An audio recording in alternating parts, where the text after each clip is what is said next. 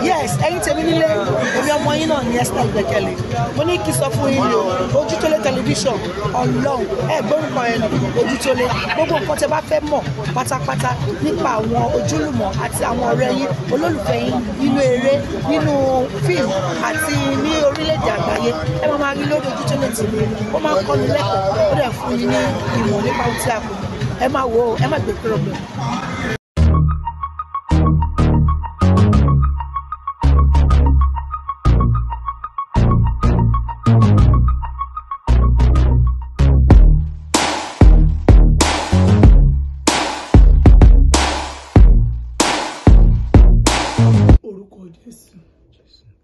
Jésù àgbẹ̀yìngà yìí ló wá ṣe lọ́ba àwọn ọba Ọlọ́run gbà pẹ́ wa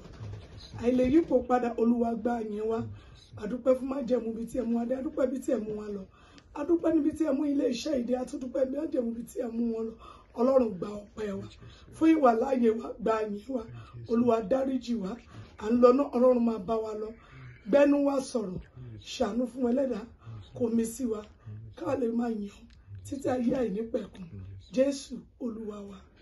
Ìjọba ṣàpèjúwe ara yín ní ráńpẹ́ mà. Orúkọ mi ni Senior Prophetess Deborah Olaniyan láti ìlú Ìkòròdú. Ṣé ìyá wa àìpẹ́ yìí ni àti ẹ̀gbọ́ pé ẹ lọ sórí òkè ẹ lọ ṣe àwọn àdúrà kan bẹ́ẹ̀ sì ni a gbọ́ pé àwọn mẹ́sẹ̀jì kan jáde kí lóhun tẹ́ bá mú bọ̀ látòrí òkè gan pàtó. Lórúkọ Jésù àdúrà wa máa ń gbà. A lọ rí òkè lóòótọ́ a lọ sí Ọlọ́nkọ́lé láti lọ lu ọjọ́ mẹ́ta pàápàá jùlọ fún orílẹ̀-èdè àti fún gbogbo àwọn ènìyàn tí wọ́n ń pè wá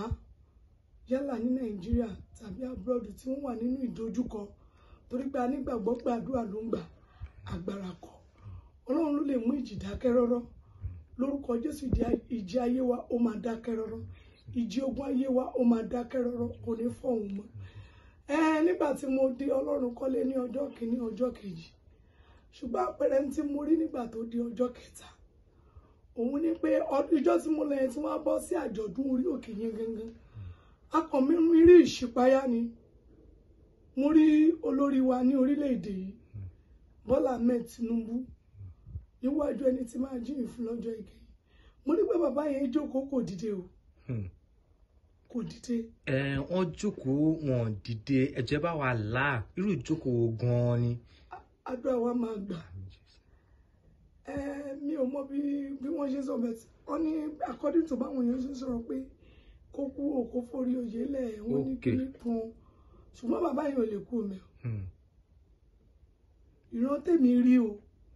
tí a bá ní tanra wa o bàbá yìí ò lè kú mẹ́. Lórí oyè fún ọdún mẹ́rin bẹ́ẹ̀. Kódà táwọn bá múra ó máa lo ọdún mẹ́jọ yìí ó máa pé padà 88 tó ń fi sórí yẹn. Ilé túmọ̀ sí pé ọdún mẹ́jọ ni bàbá máa lò lórí oyè báyìí. Ìyá wa. A kì í ṣe Ọlọ́run o Ọlọ́run lè lóhun tún dé lọ́la ṣùgbọ́n tèmi rí yẹn ó máa pé. Ẹ ṣé ìyá wa àmọ́ tá bá ní ká wá wo orílẹ̀-èdè yìí ó ń rí bákan ìkan ò bákan mọ́ bẹ́ẹ̀ sì ni ní àwọn ìgbà kan sẹ́yìn táwa ṣe náà àwọn fọ́nrán kan tẹ́ ṣe sẹ́yìn ẹni Ọlọ́run mú rí wípé ọdún 2024 ọdún tó kú fún wàrà tó yín ni àmọ́ àwọn kó má ṣe bí òwe lọ́dọ̀ àwọn àgbàlagbà tún ní sátidé tó bá máa da Jímọ̀ láti máa mọ̀ àmọ́ 2023 tó ń lọ sópin ìkan ò rọgbọ́n rárá ìyá wa ṣé bẹ́ẹ̀ ló sì ṣe rí àbí bẹ́ẹ̀ kọ́. Lórúkọ Jésù àdúrà wa máa gbà Ọlọ́run kì í sọ̀rọ̀ pé lóhùn ò ní sọ bẹ́ẹ̀ mọ́ èmi gbàgbọ́ kinní kan tí nǹkan bá le títí ó ṣetán láti dẹ̀yìn because tí nǹkan ò bá le èèyàn ní mọ̀nà àti jẹ́ kó dẹ̀ tó bá wá ń dẹ̀ èèyàn ní fúnra orílẹ̀-èdè sì máa padà rọ̀ wá lọ́rùn tẹ́ bá wo káàkiri kò ṣe orílẹ̀-èdè Nàìjíríà nìkan ó lọ bẹ́ẹ̀ káàkiri ni ṣùgbọ́n ti Nàìjíríà yìí ó dàbí pé ó tún wá fẹ́ pọ̀ ṣùgbọ́n mo mọ̀ pé ní orúkọ Ọlọ́run àwọn ọmọ ogun Ọlọ́run máa ṣẹ́ ogun yẹn fún wa ẹ̀ṣẹ̀ gan ti pọ̀ jù ẹ̀ṣẹ̀ nínú ẹ̀ṣẹ̀ ló mú ìpọ́njú jáde ẹ̀ṣẹ̀ ẹ rí pé àwọn orílẹ̀-èdè kan wọ́n bí ní last is it not this month náà on the 22 ní Israel ẹ wo àwọn nǹkan tó ṣẹlẹ̀ ẹ wo ọ̀pọ̀ ìjì omi burúkú tó jà ṣùgbọ́n ní Nàìjíríà ìpọ́njú díẹ̀ lọ́lọ́run kan fi bẹ̀ wá wò ṣùgbọ́n nípa àdúà èmi mọ̀ pé ohun gbogbo ní ṣíṣe fún Ọlọ́run dẹ̀ wà láàyè síbẹ̀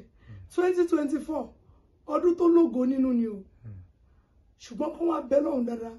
kíjà ogun má bàa ṣẹlẹ̀ kábíyèsí kíjà ogun kó má bàa ṣẹlẹ̀ lọ́dún náà mo rí pé ọdún yẹn máa mú ìtura dání níbẹ̀rẹ̀ ṣùgbọ́n tó bá di àárín méjì kábíyèsí Olúwa ní kó má bàa di ìjà ogun kí ọ̀pọ̀lọpọ̀ ẹ̀mí má sọnù. Ìyá wa tá bá ń sọ̀rọ̀ ipa ìjà ogun ṣé orílẹ̀-èdè sí orílẹ̀-èdè ni àbí láàrin ara wa náà ni àbí báwo gan-an lógún náà ṣe fẹ́. ní orílẹ̀-èdè Nàìjíríà yìí ní orílẹ̀-èdè Nàìjíríà yìí ní orílẹ̀-èdè Nàìjíríà yìí ní orílẹ̀-èdè Nàìjíríà yìí ni mo dẹ̀ gbàgbọ́ ní orúkọ Ọlọ́run bí wọ́n ti ń gbìmọ̀ ẹ̀ Ọlọ́run mo máa dàrú mọ́ wọn lọ́wọ́ torí pé àwọn ẹni ikọ̀ àwọn ẹni ìríjú Ọlọ́run wọn ò sùn wọ́n dẹ̀ ń ké pe Ọlọ́run yálà mùsùlùmí kírísítẹ́nì àti ẹ̀sìn àbáláyé wọ́n ń ké pe Ọlọ́run dẹ̀ ń gbọ́ tiwa lórílẹ̀‐èdè yìí wọ́n ò sún wọn ṣùgbọ́n ilé tó ń ṣẹlẹ̀ yìí Ọlọ́run lọ́wọ́ sí Ọlọ́run lọ́wọ́ sí. ẹ ṣe ìyá wa táwa tẹ̀ ní ká tún wò ó ìyá wa táwa ní ká wò ó dàbí ẹ̀ ń dá ọjọ́ àjọ̀dún sọ́nà kí ni káwọn èèyàn gan kí ni ká máa retí kó tó dọjọ́ àjọ̀dún náà kí ni ká máa retí lọ́jọ́ àjọ̀dún náà. lórúkọ Jésù àdúrà wa máa gbà Ọlọ́run àjọ̀dún ìkórè ó máa bá wa rìnrìn àjò a fẹ́ ṣe 12 years anniversary ní orí òkè yìí lórúkọ Jésù a ò ní ṣe lásán tí àwọn èèyàn máa retí ní ọjọ́ náà ní àdúrà àwọn èèyàn máa gbàdúrà iye àwọn ènìyàn máa ṣí láti ọjọ́ Monday tó ń bọ̀ a máa bẹ̀rẹ̀ ìsọjí ní ọjọ́ Sunday ilé a máa bẹ̀rẹ̀ ìsọjí yẹn wọ Friday tó bá di Friday wọ́n máa ṣe praise night tó bá di Saturday wọ́n máa bẹ̀rẹ̀ sí ní ṣe wọ́n ṣe máa ṣe àjọ tó bá di Sunday a máa bẹ̀rẹ̀ àjọ̀dún ní on the 12 nínú oṣù kọkànlá 12 of 11 a máa bẹ̀rẹ̀ àjọ̀dún yẹn ní dédé aago 12 lórúkọ Jésù a parí ẹ̀ sígbà tí ẹ̀mí Ọlọ́run bá tú wa sílẹ̀ Ọlọ́run àjọ̀dún ìkórè ó máa bá wa pàdé ìsọjí tí mo wá ń sọ pé mo fẹ́ wọ̀ yìí èmi máa ń wọ ìsọjí pẹ̀lú àdúrà ni àdúrà ọjọ́ 7 ó ń lọ ẹni tó bá ní ìbéèrè àbí ó ń bẹ Ọlọ́run fún nǹkan kan ó ṣeéṣe ó lè pe nọ́mbà mi tó bá kàn ní ìgbàgbọ́ nínú Ọlọ́run tó bá wá wo fọ́nrán yìí dáadáa àwọn èèyàn tó bá mọ̀ mí wọ́n mọ̀ pé àdúrà kì í sú èmi torí èmi kì í ṣe wòlíì tí ò lè gbàdúrà àwọn èèyàn máa rí máa tún send message prayer message fún àwọn èèyàn ní ìṣẹ́jú ní ọjọ́ sí ọjọ́ lórúkọ Jésù nínú àjọ̀dún ìkórè yẹn àtẹ̀mí àti ẹ̀yin a ó rí àánú gbà àwọn nǹkan wo la fẹ́ yọ̀ǹda nínú àjọ̀dún ìkórè yìí a fẹ́ yọ̀ǹda àwọn nǹkan tí èèyàn lè lò yálà fún ìtúsílẹ̀ yálà èèyàn wà ó ní promise and fail yálà ó wà lómi adágún kò rọ́nà àbáyọ yálà ó ń retí fún ìwé ìgbélú ó ti ń bèrè ní ìgbà pípẹ́ mo mọ̀ pé Ọlọ́run wà láàyè síbẹ̀ àwọn nǹkan yìí la máa release jáde a ṣe anointing oil a ṣe handkerchief mo dẹ̀ ṣe ọṣẹ ẹni tó bá wá ní ìgbàgbọ́ nínú Ọlọ́run ìpè yìí láti ọjọ́ Sunday ó máa make sure pé òun ní table water kan tí ò bá sí ní Nàìjíríà a máa pè mí láti ọjọ́ Sunday títí wọ ọjọ́ Friday mo máa gbàdúrà sínú omi yẹn fún àwọn ènìyàn mo dẹ̀ gbàgbọ́ pé bí Olúwa ti ń bẹ bí ẹ̀mí ẹ̀ sì ti wà àtẹ̀mí àtẹ̀yìn àjọ máa lẹ́nu ọpẹ́ lọ́dún yìí 2024 ọdún ìtura ló máa jẹ́ bí gbogbo ayé bá fi ọjọ́ yẹn jagun tí gbogbo ayé bá fi ọdún yẹn jagun mo sọ̀rọ̀ àṣẹ gẹ́gẹ́ bí wòlíì ìwọ ò ní bá wọn jagun lọ́dún náà èmi ò ní bá wọn jagun lọ́dún náà ìmísí Ọlọ́run àti àánú Ọlọ́run ó máa ṣalábò lórí èmi àti ẹ̀yin lákòótọ́ ọ̀rọ̀ mi sinmi lé Olúwa gbẹ́kẹ̀lé ẹni tó lè ṣe nìyẹn òun ló máa yan ẹni tó máa lò fún ẹ tó bá ti wá yan wòlíì tiẹ̀ fún ẹ dìímú dáadáa sinmi ní Olúwa. Wá rí nínú ìwé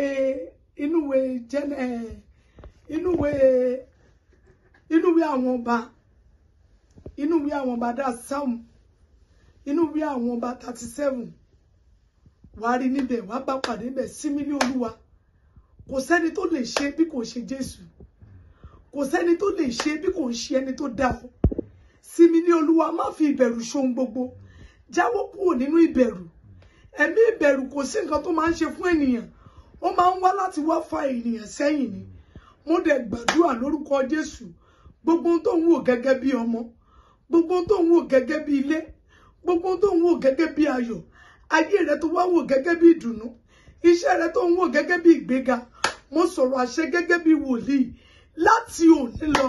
lórúkọ Jésù kò ní dẹkùn mọ́ ọ lọ́wọ́. Gbogbo ohun tó fàárọ̀ rẹ kójọ, tó fọ̀sán kójọ, tó fàṣálẹ́ kójọ, mo wí ní orúkọ Olúwa, iná ò ní gbà sọnù,